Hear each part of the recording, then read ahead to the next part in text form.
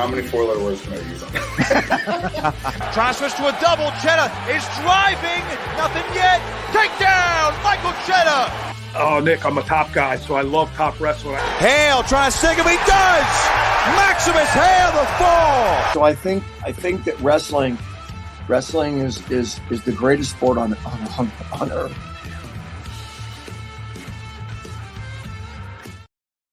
What's going on, everybody? Welcome back into On3 Wrestling. I'm your host, Nick Kosko. So after a break, we are back, and no better guy to rejoin me on the pod, of course, is Rutgers wrestling head coach Scott Goodale. Coach, summer's basically over. Labor Day's passed, but, I mean, we have to soak up the last few days at the shore in Jersey before we truly get back to work here.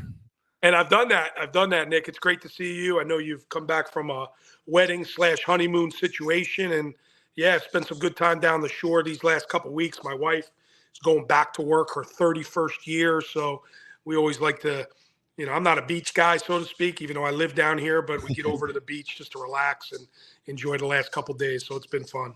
It's nice for you to get some relaxation before of course, the school year starting up at Rutgers and across the country, and the preseason is coming up very soon. But busy offseason, so we'll kind of jump around. Give the fans and the listening and viewing audience basically a recap of a wild offseason for you guys. You go back, finishing up with 2 All-Americans, Dylan Shawver, Yaraslau Slavikouski.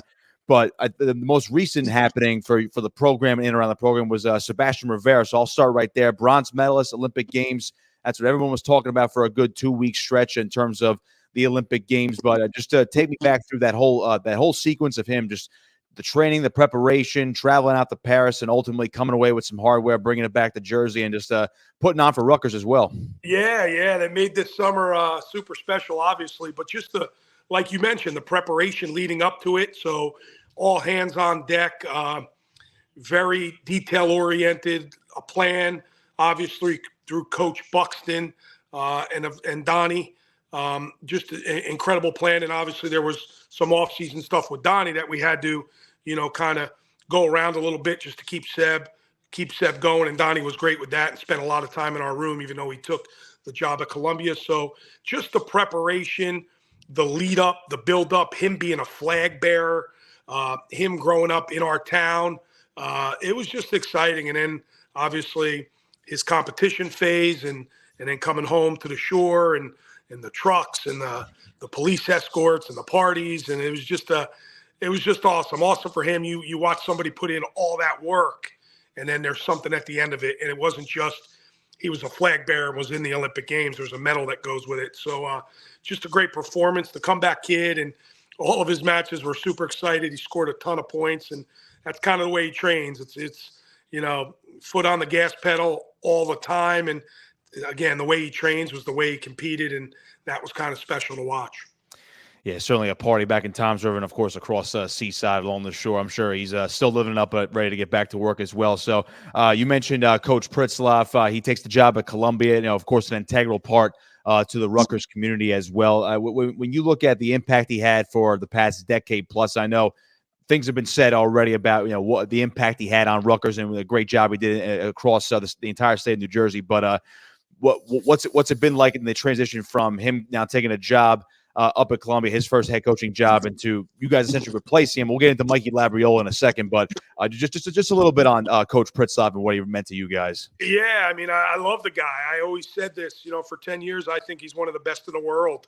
And he showed that, he showed that in his preparation with Sebastian, but even with all of our guys through the last 10 years, I just think he's a phenomenal coach. And there certainly was a plan for Donny here, but it's something he wanted to do and wanted to get his foot in the door and be a head coach right now. And this was a tremendous opportunity, not only for himself, but for his family. And his daughter is an incredible dancer that's going to go into New York City at a young age. And Donny, to be able to be around her is pretty important to the family. So it just worked out. It worked out for him. And again, he's just a phenomenal coach. And again, very detail-oriented, and will do a tremendous, tremendous job at that program. And it'll be a hard thing to do just based on everything going on in college athletics and the Ivy League. But if there's somebody who's going to be able to do it and just put his head down and go to work and not really listen to outside noise, it's going to be Donny, and he'll do great. We're going to miss him.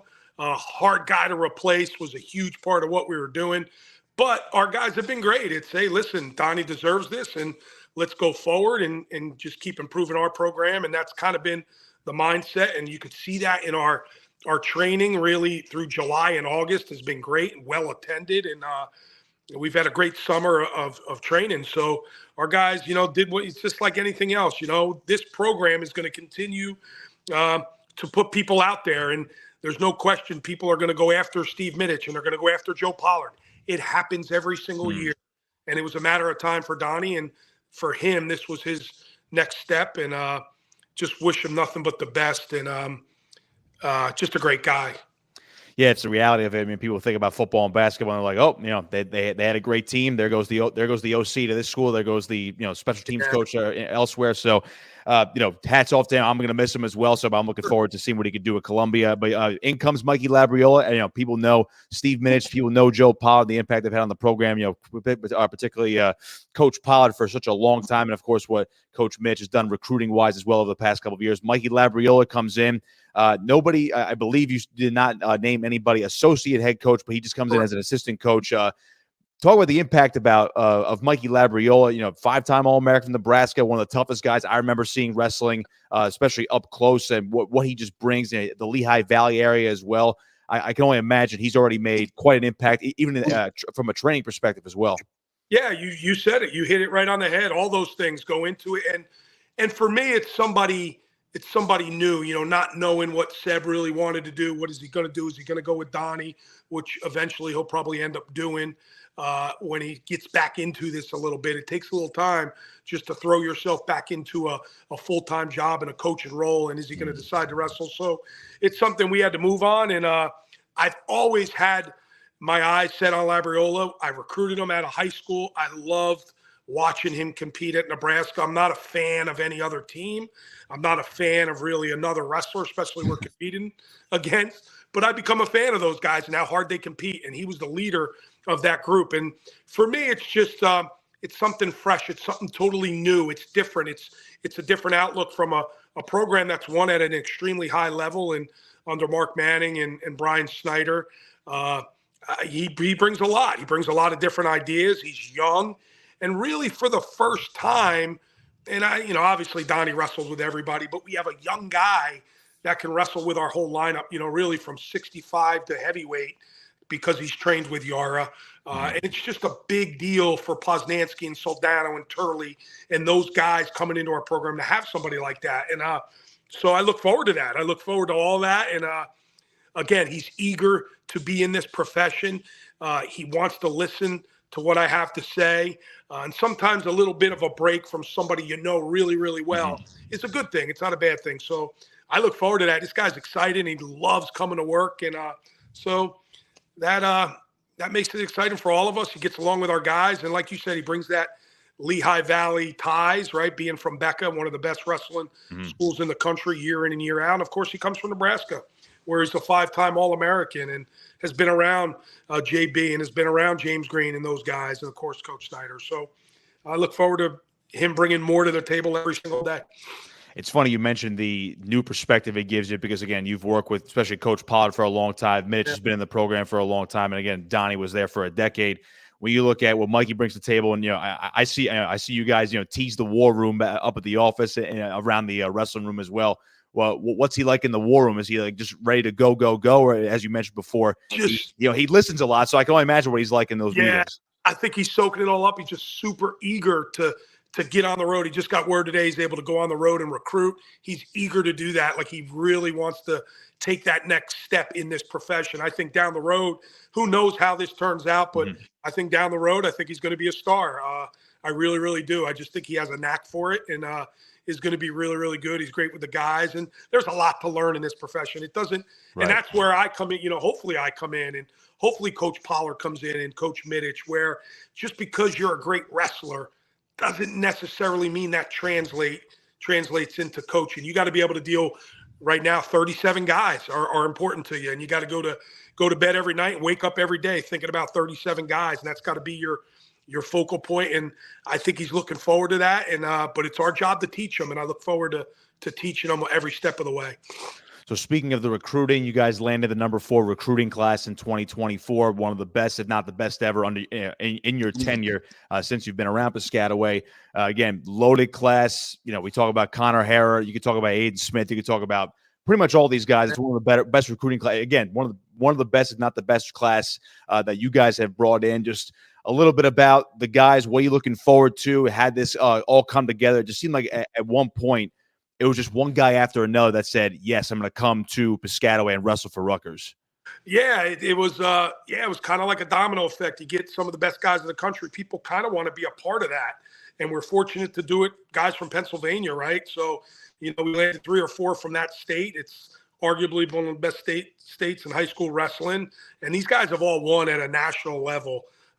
Even Barbosa from California, we got Barbosa through the Hare family, and then became an incredible relationship, obviously, and a couple years in through the recruiting process. And Vic, his dad, happens to be a coach for Cali Gold, who it seems like every high school wrestler in America grew up either competing against or for Cali Gold. So the ties, the connections of who he knows, who he doesn't know, and it goes not only the class we got coming in now or that stepped foot on campus last week, but guys, you know, sophomores going to be juniors going to be seniors. Seems like these guys know them all, and it's a really, really good thing. And now there's a lot happening with scholarships, and there's a lot happening with your roster limit, which I'm sure I'm going to get into. You know, we're carrying 37, and next year it has to be 30. So do recruiting classes get smaller? We're very, very selective. We already have 3 really good ones coming in for next year's class, and I don't even know how much more we can even do based on the roster limit and scholarships and things like that. And but these guys are special. Again, they've won at a high level. Now, how does that translate? Every single kid is different. Just because you win in high school doesn't necessarily mean you become an instant All-American, national champ, Olympic medalist, all that good stuff. There's a lot that goes into it, but you know, from the outset, from the get-go, and just being around these guys for the most part all summer long. And, of course, the first week, they're eager to learn and hungry, but let's see where we're at come November and December where competition starts. Yeah, I'm looking forward to these young guys. You know, I've watched highlights of Connor Harrer, Aiden Smith, who's one of the quickest guys I've ever seen. Alex Nini, I saw up close, of course, at Regions and States when I was broadcasting back in March as well. When you look at since you brought it up, I'll bring it up now. The roster limits that are coming, you know, where you're capped at 30. I know the NCAA is now going to ponder rules. I mean, wrestling already has this where you have that red shirt rule where you can, you know, appear in 5 events, 5 matches, and still maintain your red shirt. Football has it as well, but now it seems like the NCAA is going to vote on every sport having that. Wrestling already has it, so it doesn't affect it as much. But when you combine that, coupled with the fact of the roster limits that's coming. When you look at that, you mentioned the recruiting and how much more can you really do?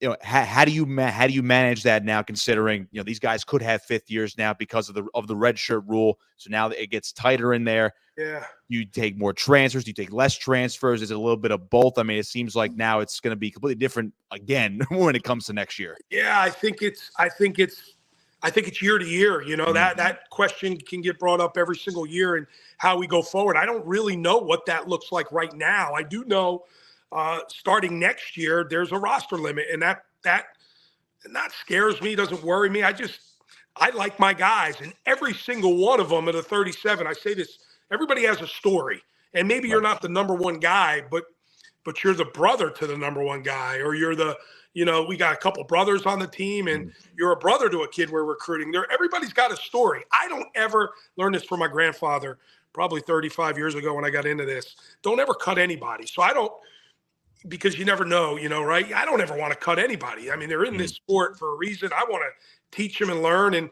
unfortunately, I'm not going to be able to do that. And that's a hard thing for me. So that's the first thing that comes up when we start talking roster limits is you started here. I want you to end here. And that kind of worries me a little bit. And it's been on my mind quite a bit. But at the end of the day, it's a business. I think our guys understand that. We're at the highest level of collegiate wrestling. We're Division I. We're in the Big Ten. I'm there to make sure we win and win at a high level. And sometimes you got to make those hard decisions. Again, does it make me comfortable? No, not at all. But especially with the roster in this class, it's getting deeper and deeper and deeper. And there's just so many good guys who I truly believe have an ability to develop and get better down the road. And maybe it doesn't happen your freshman and sophomore year, but there's light at the end of the tunnel where they're going to be good somewhere down the road. So that's kind of what's weighing on me right now is that roster limit. And as far as scholarships and things like that, we'll see what Rutgers University in particular does. But yeah, that's kind. And just going back to those freshmen, there's no doubt you're going to see a bunch of those get their 5 dates, and some may even start. So it's kind of where we're at. Yeah, just to piggyback off what you said, that 35th, 36th, 37th guy, sometimes, they're key in the room, whether they even step on the varsity mat. Maybe they just compete hard in open tournaments, and it gives the other guys juice. Maybe they're great training partners. Maybe they see something, maybe those guys, sometimes those guys develop into arguably the better coaches around the country. Yeah. Yeah, I think about our roster and some of the guys that were walk-ons and end up starting for us, right? And if you have to get rid of those guys, that's a little disappointing. I think those guys can develop. Nobody, and I mean nobody, thought Al DeSantis would ever develop, right? And he's developed quite a bit. Where he's a match away from the national tournament, he's winning matches in the Big Ten, and this is a guy that plays 7th in the state of New Jersey. I just look at that story in particular, and if it was 4 years earlier, maybe that's someone we don't keep, right? Just based on credentials. So everybody has a story. Everybody's helping this program. I think that's what makes this team so special. So yeah, again, that's kind of weighing on me a little bit. What you talk about making this team special, again, 2 All-Americans last year, Dylan Shawver, 133, Yaraslau Slavikouski at heavyweight. They're both back this season. I'll start with Shawver because of the excitement he brought last year, Big Ten champion, really showed out in Maryland. Then again, had a tough run at the NCAA tournament, but he bounced back and he ended up placing 7th. And I remember talking to you in the tunnel out in Kansas City and saying that, we want, 7th place, 8th place, it's a big difference. We want that 7. We want those W's on Saturday. And sure enough, both those guys got it. And then with Shawver coming back, he's probably going to be on the short list at that weight for a national title this year. Just what's his offseason been like and his focus and how he's now transitioning from becoming an All-American to now he's probably going to be on the short list for an NCAA title. Yeah, it's a very good offseason for Dylan. Just really, really locked in on this. I think there's a real goal here in mind for him. So he's been really solid. He spent the whole summer at Rutgers, so that's a good thing. Probably, he's dating a girl, dating a Pagano actually. So he's staying in the family with the Pagano. So that's pretty cool. And I think that's changed him a little bit. It's been a really good thing for him. He's grown up quite a bit, but there's a goal here for him. And it's about him just going to do it, us giving him the resources to do it. But like you said, probably on the short list. And along, just going along those lines with Yara, same thing. Yara, actually, we sent to the country of Georgia to train with Petra Savilios, who ended up, 6 days later winning a gold medal. And he spent, 2 weeks training with Yara. And that was a great experience for Yara. So, again, somebody who went into the portal, came back to Rutgers, and there's a plan in place for Yara. Now, do those guys capitalize? Do they get better? Man, I hope so. And that's up to them. And, again, us giving them the resources, and we'll do that throughout the year. But there's a lot of guys that are chasing – I don't want to say chasing them down, but chasing those guys down. And, I think Dean Peterson and Brian Soldano and really, really want to be on that podium. And I know John Poznanski and Jackson Turley, Turley's come back and has been very active on social media, which gets me nervous a little bit, but he's been very active, talking about it quite a bit. So now he's just got to go do it. And John Paz is certainly someone that's, so darn close. This could be a really, really good thing that happens this year, but we have to do it. And I know everyone's going to say, well, we got to beat one of those big schools. Yeah, right. Yeah, we got to beat one of those big schools. That doesn't go unnoticed, and we'll have opportunities with Ohio State and Penn State and Minnesota. Illinois is much improved, but we got a line that feels they can win. And Andy Clark will go down to 49 and challenge Chetta, who had a really good national tournament and has become a fan favorite. So there's a lot. Joey Oliveri's back. But Joe Fungaro and Max Herms have something to say about who wrestles that weight. And, again, not to get into the freshmen again, but, there's guys just pushing and pushing and pushing. So very little room for a day off for these guys. Yeah. And I do think they feel that. That's a good thing. There's a lot of competition in the room.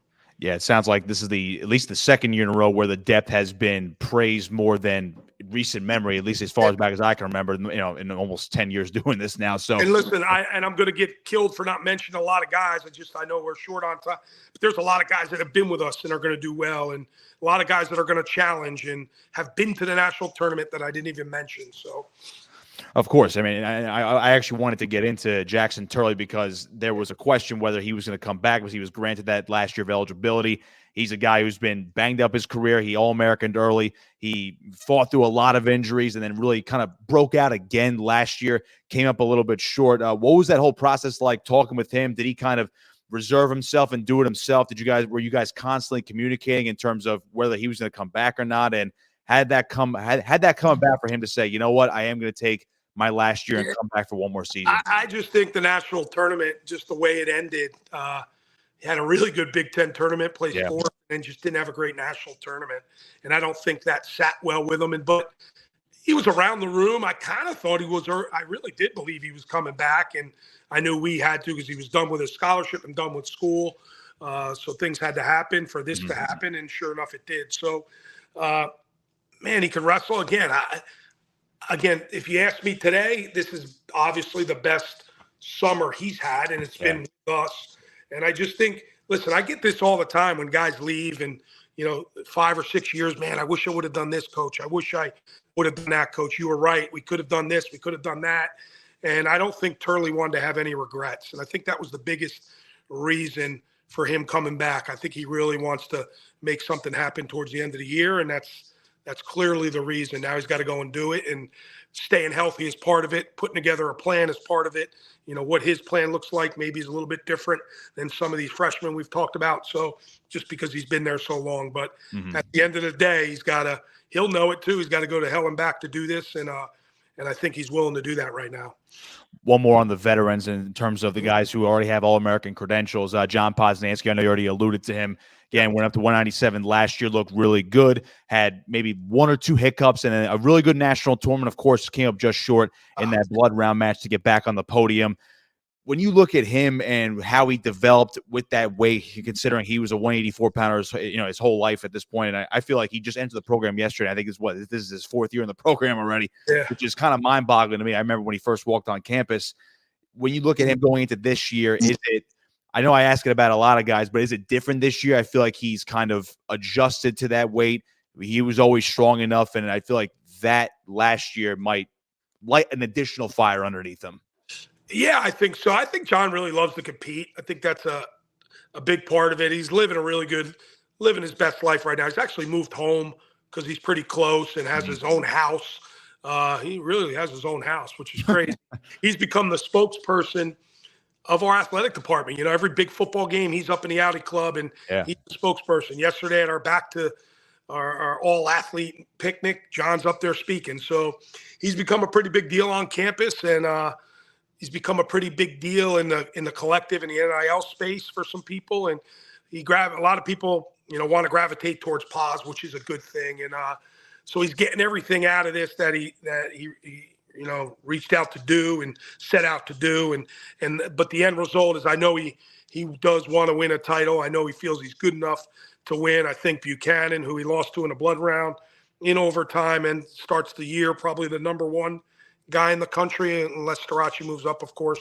But so I think John truly believes he's going to be right there in there every day, training really, really hard, calculated.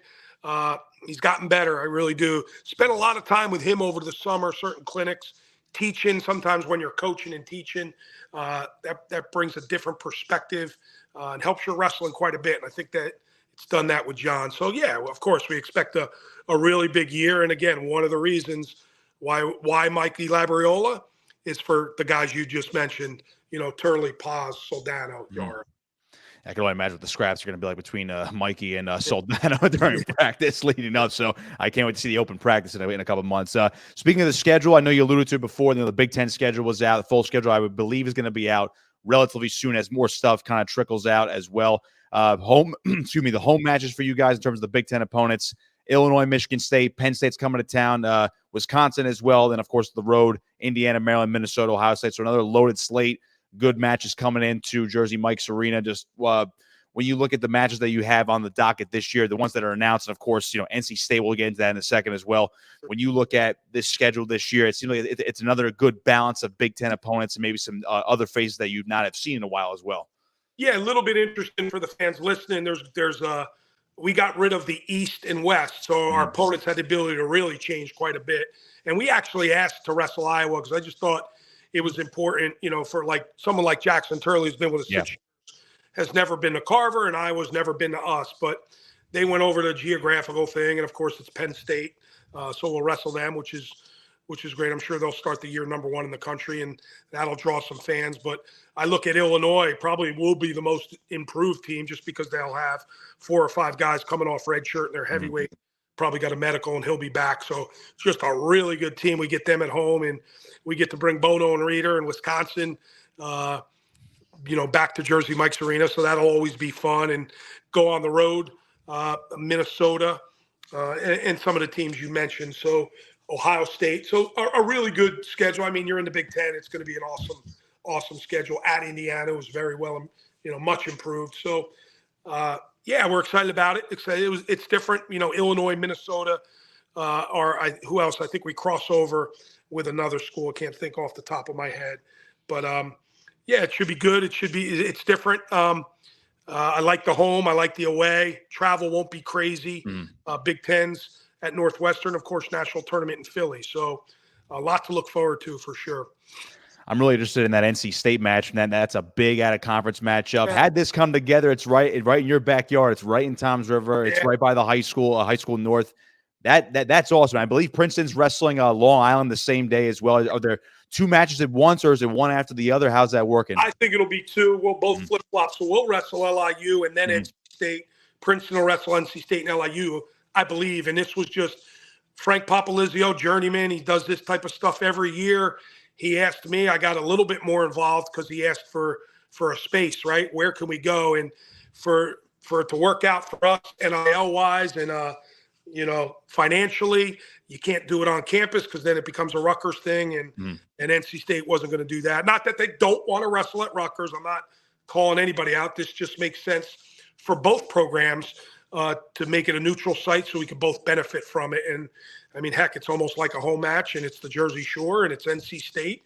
Probably start the year number 4 or 5 in the country, and we've had some luck in that. I don't even know the name of it anymore, Nick. But back then it was the Rataco Center, the RJW something, but whatever it is, Poland Springs Arena, on the campus of Toms River North. It's an arena. It's an arena, and it's 2 minutes down the road for me, so it'll be well attended. It'll be a sellout, and there's reasons why we did it, and everyone, why don't you just do it at Rutgers? Of course. Yeah, we love to do it at Rutgers. You need 2 teams to say yes to that, for that to happen. So this is a neutral site, and it's an opportunity for us to wrestle them. We're going to do it, and then we're going to benefit from it. So this landscape of college athletics, that's the reason why we're doing it off campus. Man, I can only imagine since it's right in Toms River, you're going to have maybe a guest appearance from Frankie Edgar again. Todd Frazier will show up. Maybe, I would hope. Yeah, I would hope. They could probably walk to the arena from where they are at that point. And those guys are going to be like, get me tickets, right? Yeah, of course. Yeah. They're going to want the primetime seats and whatnot and all that good stuff. I have a few more for you, Coach. And again, I appreciate your time. It's always a pleasure to talk to you. And I'm sure we're going to do this again really soon. When you talk about building this schedule, again, I know the full schedule is going to come out at some point this month, as well as the other Big Ten teams. When you're putting something like this together, and I do want to ask you again about this, you guys have experimented with the outdoor matches. I know there was the Yankee Stadium experiment a couple of years ago as well, but that was obviously put off because the Yankees were in the playoffs. It was the ALCS, I believe, that timing didn't work, so it ended up being back home at Rutgers. Are you still looking at doing stuff like that, experimenting outdoors, whether it's home or if you're trying to work with another school, do something away? I know you mentioned the Prudential Center was a possibility for some other big showcase events. Are you looking at other unique ways to really excel or basically grow the sport in terms of a dual meet perspective? Yeah, man, I'll do anything. I'll do anything's on the table when it comes to a really good dual meet. And we've been asked. I thought Princeton's match, it's going to be at Jadwin, but initially it was going to be at an Air Force base somewhere down in South Jersey or naval base. I forget which one, but we were all for that, and that would have been a pretty cool setup. And so, yeah, I'm for anything. And there's been some really cool ideas kicked around. Nothing we've been able to kind of put our finger on to do. I know Lisa Carone asked us to wrestle outside near the yard, right on College Ave. Yeah. Put up a stage, which I think would be really, really neat. So that's something we looked into and would really like to do. That Yankee Stadium thing had me all fired up, and it was more about the turf and the football game than it was about the wrestling mat. That kind of made that go away. So that's something we'd still want to do. And of course, MSG and the Prudential Center are really big venues for us. But I'm up and open to anything. I still haven't lost sight of a national dual meet championship, and something I really want to do before my time's up. And I haven't even lost sight of a Big Ten championship, and something we talked about at the convention, a Big Ten dual meet championship 3 weeks after nationals. 8 teams go, but it extends your postseason. And if you can get TV rights and somebody on it, I can't see, if it's after March Madness, who wouldn't watch a quarterfinal round, semifinal round, the final round of the Big Ten dual meet championship. So it's something, as coaches, we've discussed at the convention, and it has some legs to it. So we'll see. And we're trying to do things differently. We cannot keep doing the same thing over and over and over again. When they're bringing up this revenue share, when they're bringing up this big time sports, I'm not sure wrestling's on the forefront, unfortunately. And that's something as coaches we need to look into and figure out. And right now, volleyball's huge. Volleyball's huge. There's a reason why volleyball's huge, because they're smart enough to, let's do something outside the box and play at Memorial Stadium in front of 92,000 people. That's important. So move your national championship. That's important. But volleyball's become huge, and obviously football and basketball run the show, and we understand that. But I do believe wrestling needs to expand the postseason, make it longer, and we can do this by maybe having some, whether it's a dual meet national championship or a Big Ten dual meet championship in April. We're wrestling anyway. We're practicing anyway. We're doing freestyle anyway, where 2 guys will go to the U.S. Open. But let's compete and get more eyeballs on it, and those are some of the things. And I just went off tangent on that quite a bit. No, I like that. I like that a lot. And it actually got me thinking, because you mentioned, you know me, I've asked you many times, I've asked a bunch of coaches at this point, what does it take for a dual meet championship? I'm pretty sure everybody that I've talked to said, yes, like let's do it. And there's maybe 2 roadblocks around the entire sport, maybe, to make having that happen. It's funny you mentioned a team tournament for just the Big Ten, based on what the network is doing with football, with basketball, how the network has really put wrestling into the forefront since it's the premier winter sport, again, other than basketball, of course, and the way volleyball's been really promoted on the Big Ten network as well. When you look at now, it's an 18-team league, and again, I know the 4 West Coast schools don't have wrestling. Some have had it in the past. It's kind of a 2-parter. Because of that, do you think that's a better idea, considering you have 18 teams? So you might as well say, well, maybe 8 of the 18 or 12 of the 18 qualify for this postseason dual meet tournament to determine your Big Ten team champion that way. Is that a way to maybe make that happen? And the second part of that is, are you hearing rumblings or anything where it would indicate to you that the schools like USC, UCLA, Oregon, and Washington, that they would bring in or bring back wrestling programs at some point? I'll start with that first. We've heard none of that, and I don't anticipate something like that happening, just based on all of my conversations with Big Ten people, Big Ten administration, and our coaches. We just don't feel like, especially with everything with this revenue share, it's got to go through, right? So I don't think anybody's going to be adding wrestling, unfortunately, anytime soon, unless you get an athletic director that says, you know what, let's give this a shot. But I don't see that happening. So, but there has been talk. Yeah, there's been talk. And I could tell when we presented it the next day to all the other conferences, well, you're just making the season longer. I don't know. Yeah, we are making the season longer. We're making the postseason longer. We're giving fans something to watch. And here's the deal with if we just went to a Big Ten type dual meet champion, 3 weeks after nationals, a lot of eyeballs, but everybody can relate to your school. Rutgers people, if we were fortunate enough to make the top 8, will get behind it because it's a Rutgers team in a Big Ten championship. Everybody can relate to a dual meet, and you just get behind the school as it's where now it just seems like, we sent 2 guys to the Nationals. That's pretty good. It's really good for our team. Our athletic director's really fired up. Is he really fired up? Is he really fired up? You know, like when your team's involved in a championship, there's more to it. And that's some of the things we've been talking about. I will say this, and Thursday we'll have a great meeting with the commissioner of the Big Ten. Myself and Tom Ryan will be on a call with him. So this isn't something that's going, just falling behind deaf ears like it always does. This is something that I think, and this guy's been involved in Major League Baseball, and he's very good at what he does, and he wants postseasons. He wants more eyeballs on what really is one of the best sports in the country, right? In this conference, you think of the Big Ten, it's wrestling, volleyball, and of course, football and baseball or basketball. So he understands that. He wants this, and there's a reason he wants to have this call. And so we're hoping something comes of it, but I don't know, extend it again. Well, you're making the season too long. Every coach in America is going to be right back in that practice room, getting your guys working out, preparing for freestyle and all that stuff. We might as well compete and finish the year competing and get more eyeballs on the sport. Yeah, I was just going to say, and by the way, I don't think you could have a better advocate at your side than Tom Ryan of Ohio State, because I've talked to him in the past too, and he was just like, I don't know why we don't have this. Like, we need this in some sort of fashion. So when it's funny how you always mention the fact that you guys are working out in April, and like I've talked to you after the tournament and after the NCAA tournament, you're like, yeah, we're back in the room, we're getting ready for, like you said, U.S. Open, we're getting ready for freestyle season. But you just saw these guys pour everything into a college season where they become All-Americans, they become national champions, and then 2 weeks later, it's like, okay, that's all right. That's old news. So let's focus on this. If they already have that mindset, I don't know why. And again, I know you can go in many different directions where you change the season and you go from, instead of starting November, maybe you go January to April. Maybe you push all that postseason stuff back, as you alluded to before. I personally, I feel like that's a great way to do it. Do you feel like if there is a team aspect added to it in terms of a team tournament, whether it's just Big Ten or if it's Big Ten and national, or if it's just national, whatever the case may be, is it better to do it after the individuals or before the individuals? It really, really depends who you ask. I'm a Jersey guy, so we always done it before, and then you get ready for your individuals. Right, that's the way I'm used to it too, yeah. Yeah, that's the way we're just used to it. But Tom Ryan brings up a great point, expanding the postseason.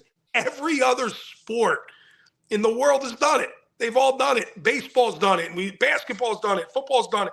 College football is doing it. 12 teams. They went to 12 teams. They're, wow, this is stupid. No, it's going to be great. It's going to be absolutely phenomenal come December. And we're all going to tune in. So we have to do something. And I think this is my biggest pet peeve. And maybe I'm on this high horse a little bit too much. But if we don't do something, it's going to be over. It's going to be over. It's going to be the Power Four schools are going to be wrestling in the national tournament. Mm-hmm. The Ivies, the MACs, the lower level conferences, so to speak, and they can wrestle. They're going to have their own national tournament. And if they can't believe that that's not going to happen, they're crazy, because it's coming down the pipe. There's been a lot of talk of that at the convention. And there's coaches out there that have brought it up and have asked that question to Anthony Holman. And it's so don't think for a second that can't happen. And next thing you know, you're going to a national tournament with 35 schools in it. That's not fun. So let's be proactive. And I think this is something maybe we need to do and get into and put more eyeballs on this thing. Again, maybe it's me on my high horse, but I'm not going to let it go until my time is done. Yeah, it's funny you bring that up, considering the college football playoff. And again, at On3, we're all in on football right now as the season started. And you look at the expansion to 12 teams now. I mean, you're going to get your group of 5 in there. But, they mandated a group. The best group of 5 team does get in. But at that point, or it's essentially, the 5th highest ranked conference champion, but there's no more Pac-12. Yes. It's going to be a group of 5 teams. So your Boise State, your Appalachian State, that's essentially what, as you're alluding to, what wrestling could become, where it's the Big 10, Big 12, ACC, and who knows? Is that pretty much it? And then I guess the Ivies. I mean, the EIWA is not big. Probably they'd be. Yeah, I don't know who it would be. Right, the Big 12, the ACC, the Big 10. Yeah, how many 30, 35 teams maybe in each national tournament? That's my biggest fear if they and again, I don't think they're going to do this overnight. I think something like this will take a long time, but there's talk of it. So in my experience, anytime there's been talk of something, it's come down the pipe. It's come down the pipe, whether for the good or the bad. So I just think we need to do something different. And if we don't, we're sleeping on it. And pretty soon this could go away. So that's my biggest fear, and nobody wants to see that for what is one of the best sports ever. And that's kind of the way I'm looking at it. I just think we need to do something. This cannot continue to be November to March, same season, one big tournament a year. Do you think if it goes to, let's just say, a January to April season, so not only, I mean, that's everyone's biggest argument, at least for the April perspective, where you're not overlapping with March Madness of basketball, where those were all the eyes are glued anyway on the TV. Yeah. When you look at a season that goes from January to April rather than November to March with a bit of a lull in the middle, especially over the holidays and the in-between semesters, if it comes to that, when I mean, again, people are preparing all year. Wrestlers are going to prepare all year anyway. When would the ideal timeline start? So I'm assuming for preseason, would you guys just start to ramp up in December leading into the holidays and then come back strong after that? So we'll start preseason September 9th, Monday. Right. So I think the thought is the first practice would be November 1st. First competition, middle of December. Okay. That's the calendar that's been laid out. Yeah. Again, there was a vote on it. It's 75% in favor, and it just never really passed, which is I'm on the Big Ten Leadership Academy. We've had these discussions, and it just never really went anywhere with it. So I don't know if that's – and again, national tournament would be 2 or 3 weeks after March Madness. Right. I think they play that Final Four first weekend in April. Yeah, it's at the end of March and first 2 days of April, something like that, yeah. Yeah, so that's kind of what the calendar – looks like. You wouldn't lose Midlands. You wouldn't lose the Scuffle. They'd be your opening season tournaments.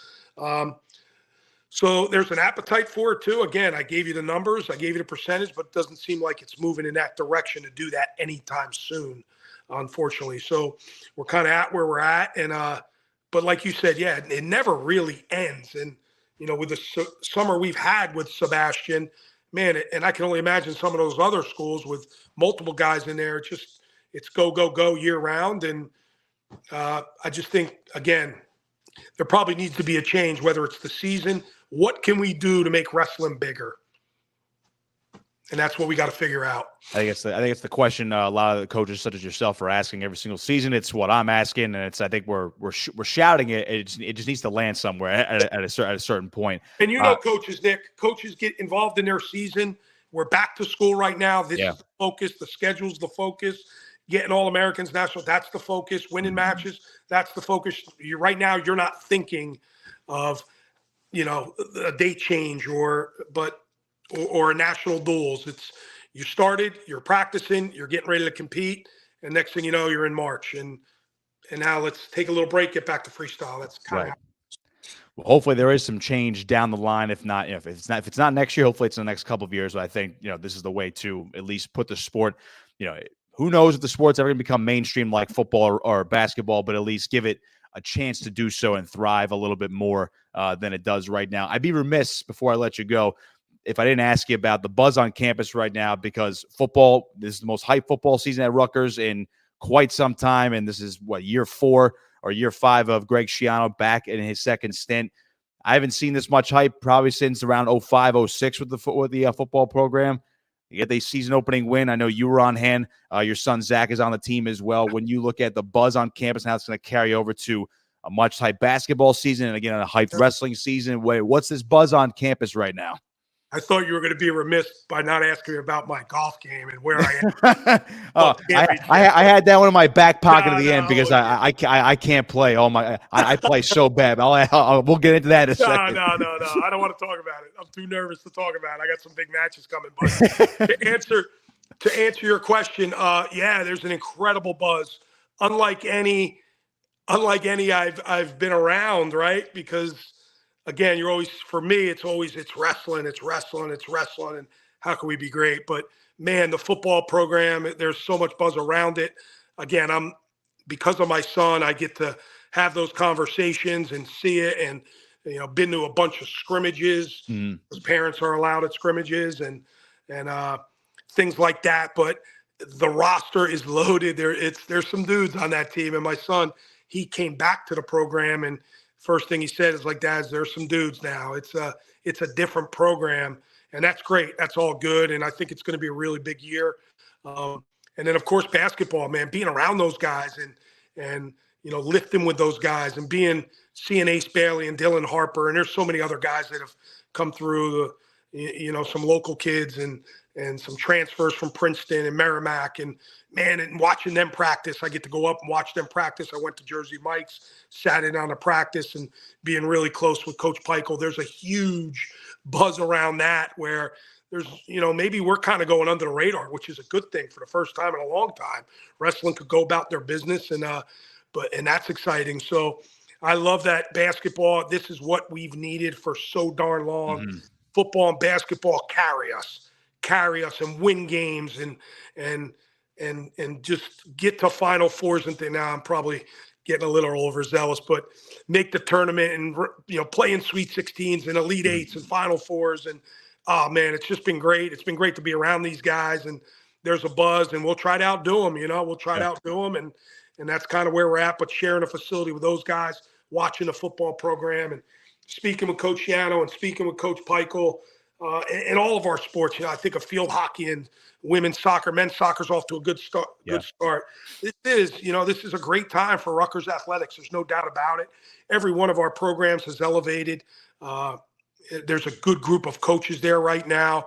Obviously, there's new leadership, and I think Ryan Sari will do great. But it's a good time right now. Like you mentioned, there's a lot of buzz around Rutgers athletics right now, and it's good to be a part of it. Yeah, campus is hopping. I don't remember ever being that hopping when I was on campus. At least maybe the first year in the Big Ten, and that was pretty much it. But I'll tell you what, it's great to see it from afar as well. I'm not going to ask you about what matches you have upcoming, but how'd you play at Forest Gate a couple weeks ago? I didn't play in our golf. Oh, you didn't play? It's all right. I haven't played there either. I've only caddied for my father. I played in a tournament a while back, and I've caddied there. When we have our golf outing, I just go around and talk to some people and meet some people. There's some high-end donors that are great to the program. There's some season ticket holders. We're fortunate enough to put 18 foursomes on the Banks course, another 18 on the Palmer course. So we sell that thing out all the time, and it's just a great day with a lot of fans who are excited about Rutgers wrestling and Rutgers athletics. But I played some golf. I played some golf this summer and met a lot of new friends, a lot of new season ticket holders down at Pine Barrens. So brought Bono in for my member guest, and we won the opening day round, which was all big. Right. Financially, that's probably better to win than the member guest, and finished second in our pool and just couldn't close it out. So, but we had a good time, Bono playing, and went down to the convention and golfed with a bunch of the coaches. So, it's been a good summer. It's been fun, but super, super excited to get back to school and back to the grind of the whole thing. And back to the grind. I'm sure Coach Bono is going to do the same. And he already said he's probably going to hit you up for a sawmill slice when Wisconsin comes to town. We'll do that for sure. All right, Coach. Well, I appreciate your time. It's good to talk to you again. It's been a crazy summer for you guys in for the entire program. I'm looking forward to seeing what you guys can do in the preseason. And of course, finally back in the booth and back on the mat this coming winter. So again, appreciate your time, and I know we'll be talking really soon. Absolutely. Congrats. Tell your wife. Congratulations. No, I will. I appreciate that, Coach. Thank you very much. That's head coach Scott Goodale of Rutgers Wrestling right here on On3 Wrestling. Be sure to like and subscribe to this video. Check out our content at on3.com as well.